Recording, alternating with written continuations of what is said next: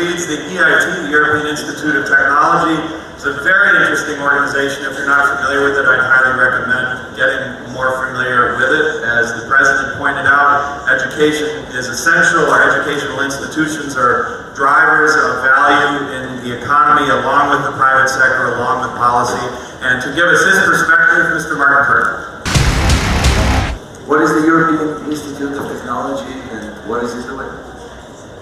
Good morning and thank you, Plamen. Maybe I can say two things before we speak about the EIT, two personal things. First of all, I'm really honored to be here. I think it's fantastic to be at Webit and to be here with Plamen and to listen to the President who's done such a fantastic job. Also fantastic day yesterday already. But it's especially special for me because I worked with Bulgaria 10 years ago. I actually worked on the accession of Bulgaria to the European Union, and it's nice to come back 10 years later and to see, just as the President said, how much the country has been transformed, especially in terms of the business environment. I think there's still some work to do with the institutions on the political side, but in terms of business environment, it's amazing, because 10 years ago it was a totally different business here, totally different lack. There was a big lack of entrepreneurship. And this is really great to see what you have achieved, the President has achieved, and what the country has achieved. So I'm delighted to be back, and I'm coming to the European Institute of Innovation and Technology. I'm not surprised that not so many people know it yet. That is one of the things we want to change, because we think that what the EIT is doing is really what Europe needs, what is needed locally in countries like Bulgaria, but is also what is needed throughout Europe and what is really building the future of Europe. So this is what we do, is to bring together the business, the research and the universities, the academia, and connect them, because it has been recognized long ago that this is the biggest weakness of Europe, that we're too fragmented. We're too fragmented nationally, with fantastic research, fantastic universities, but we don't have an entrepreneurship culture which transforms that into the products, into the services, into the innovations that we need. And the EIT doesn't just bring together business, universities and research for the sake of it, but we do that around societal challenges. So about the big topics for the future of Europe. Right now we have 6 innovation communities. So we have one on climate change, which is one of the biggest challenges faced by the world, not just by Europe. We have one on sustainable energy, because we're in the middle of a huge transformation in the energy sector, and we can talk more about that. We have one on health and active aging, which again is an area, I think, where innovation can make all our lives better, and we are in the brink of some amazing breakthroughs there. We have one on raw materials, which are the key ingredients for the progress. We have one of our oldest one, which is on digital, and that's why we are right in the middle of Webit. We have one on digitalization, so it's a horizontal one which really looks at all the opportunities that digitalization offers and how that can improve person's life. And then our latest one is on food, so more sustainable, more healthy food.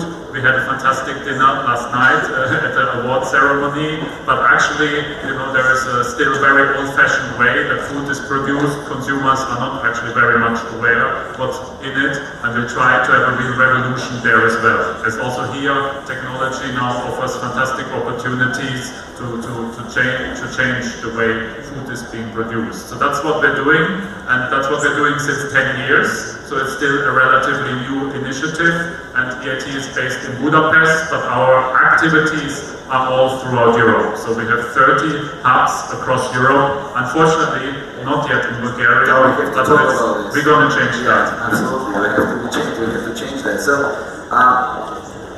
you're building communities.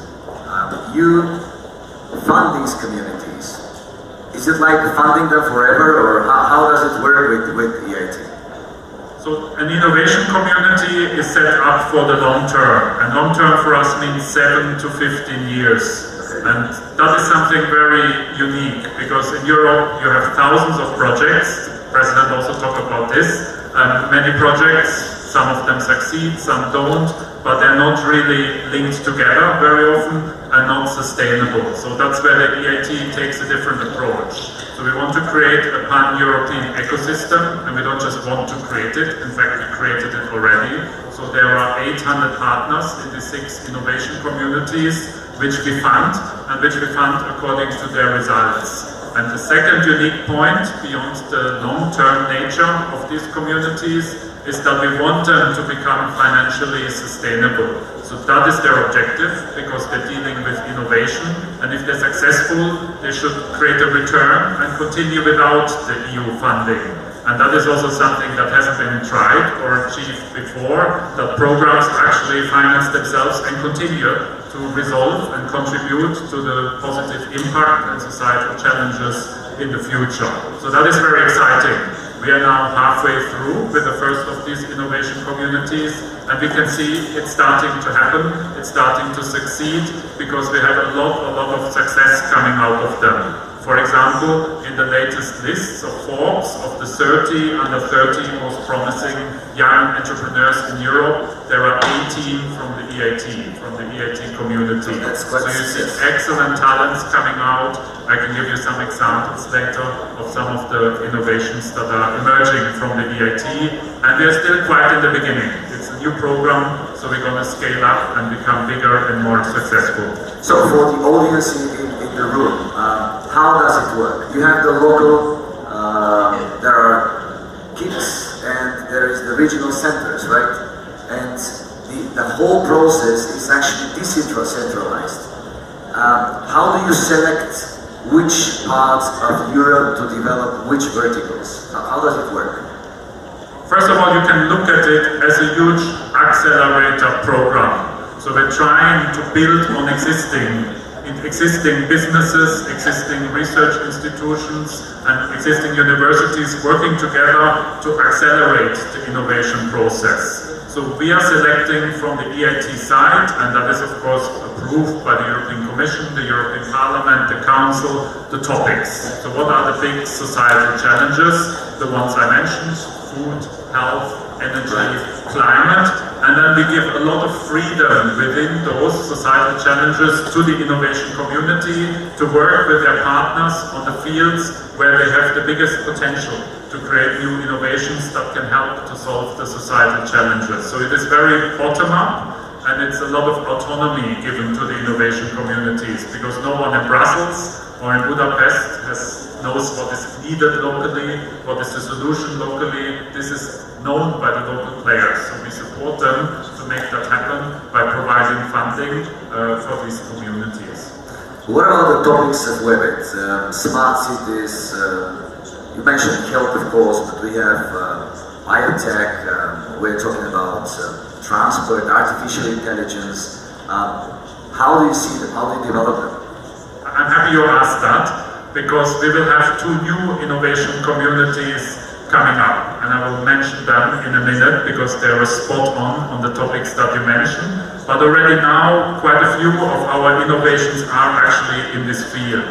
For example, one of the innovations supported by the EIT is helium aviation, which is an electric aircraft which can vertically take off, and which is one potential solution, very interesting one. It's from Germany for urban mobility, for smart cities in the future.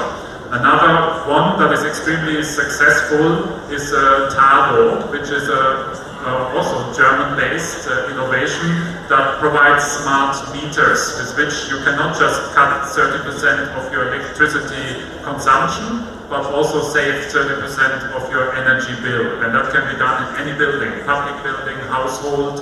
And right now, only 2% of households have those smart meters. So if you roll this out, you have a huge economic impact, a huge revolution. And this company started very small a few years ago, and now already has over 150 employees, already has enormous growth in the past 3 years. So these are some of our success stories.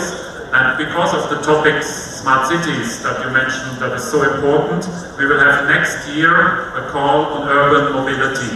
So there will be a new innovation community. It will receive around 500 million euros of funding over those 7 to 15 years, and it's a huge opportunity for now putting together a consortium and being part of that. Second new theme which we will introduce is innovative, smart, advanced manufacturing. And that is of course all about Industry 4.0, the Internet of Things, a lot of the very cool award-winning innovations you mentioned yesterday and which received prizes are in this field. So I really hope we get also involvement from Bulgaria and from people here in these new calls, because we'd like to have fantastic innovation communities that can build the future of Europe together with us. You have my personal commitment that we'll make sure that more people from the ecosystem are aware, so they can apply and actually build up on that, because it's a great opportunity for Europe, but it's also a great opportunity for Bulgaria, and we should take advantage of that. I shall be opening the floor for questions, so if somebody would like to ask a question to Martin, please raise your hand, so I know that there are questions in the room, or once you would like to go for it. So, if I understand you correctly, what you're saying is that much of the EIT, what it's achieving or plans to achieve, will affect us in any way, and obviously.